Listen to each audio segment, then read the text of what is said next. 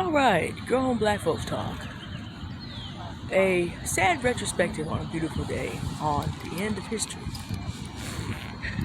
Anybody ever wonder, how does the history of a group of people end? Now again, this is not something I intend to discuss an extended way because there's not anything I can do about it. I've listened carefully over the last 2 weeks to a lot of black conversations online. Let me tell you something about how societies end. When the men abuse the women, that's bad. But when the women pass it on to the children, it's over. It's done.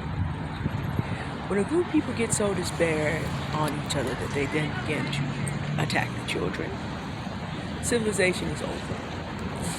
When the anarchy gets so bad that the only response we have to anything is physical violence, no matter what's said, it's a different thing if you're defending yourself. It's over. It's done. And when people get so in despair that they cannot find other tools to solve problems, and the taking out goes all the way down to the children, it's done. Now, I happen to know some of you who listen to me listen to a content creator who supports the destruction of half the black race in the world. Abort black boys is her line. You know, when slavery ended, there are a whole lot of black people. We have recordings of men in authority down to like 2016, 2017, 2018. Talking about we should have killed them all then. So if your oppressor can get you as a woman to agree with that, it's over. It's over. And if you read back through history, you find out that when any civilization gets to this point, the other thing that happens is nobody escapes. Because at that point, the women are as degraded as the men. And conquerors who might have mercy still may choose a few women of their liking. But the whole race is written off and destroyed. The most documented case of this is Josephus at the end of Histories of the Jews. Describes how Titus the Roman in AD 70 thought about sparing Jerusalem.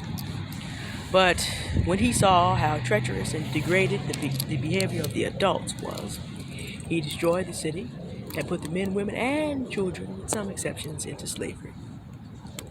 And the Jewish nation was scattered until 1948. That's what happens.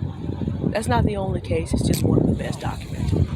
Same kind of behavior that is being displayed online. So we have to call things what they are. And your culture has become so demonized that these kind of things begin to be publicly said and believed and supported. It's over. At least for those who believe this. Because anyone who knows history writes you off. The politics of violent despair is end stage. It's also why the United States concerns me. Because we got signs of this too. Whenever your people who think they are patriots take up traitor flags and attack your capital, at least for that subsection of society, it's over. It's done. The only thing the rest of us can do, who still believe in the society, is figure out how to quarantine the folks and hope that we can control them long enough so that hope comes to the next generation. That's what happens historically. You know, people talk a lot about divestment. Well, you know, divesting from people that are in despair, that even the next generation has value, is important. Divesting from people that see either one, men or women, as valuable. Divesting from people who refuse to acknowledge that physical violence is the lowest way to handle problems if you do not have control of actual violence in the society. If you, like they used to say, bullets turn at the corner, and you don't have the ability to violently do things in the society, you basically are talking about destroying yourself. So, this is a sad retrospective on a beautiful day of the end of history, unfortunately. Because once a group of people have gone to this place, now I live in this beautiful neighborhood on this beautiful day. I have lived beyond the end of my community that used to be around here. As far as the eye can see in this park, there may be one other African American in this, two, in this once proud African American community. So, like Josephus, you can live beyond the end of history for your group. And if you think that despair is the only way, maybe that's the only option. But I'm telling you, the things that I have seen and heard this week let me know that for some, the end of history is upon us.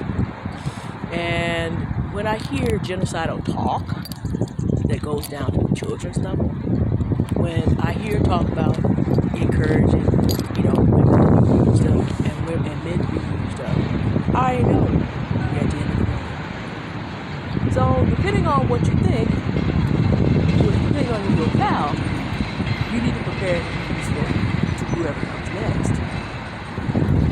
The reason I have also made this video is that I'm giving you a warning.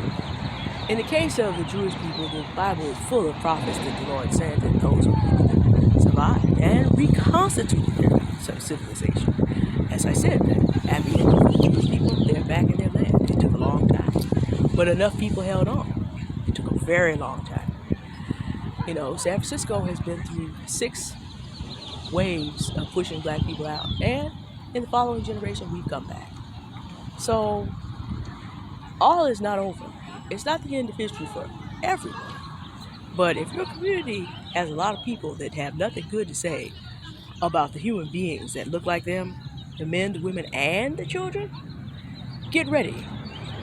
The end of that community's history is nigh. But that does not mean that you can refuse despair and be around to start the next phase of history. This is my contribution to it. That someone knows that somebody who was 41 years old in 2022 stood against violent despair against black people, against one another. Alright, grimmer than I wanted it to be, I'm going to head out now. Continue my walk, enjoy this day, and we'll be back on hopefully some more pleasant building topics that will allow you to not be in despair and get into the next phase next week. Alright, goodbye.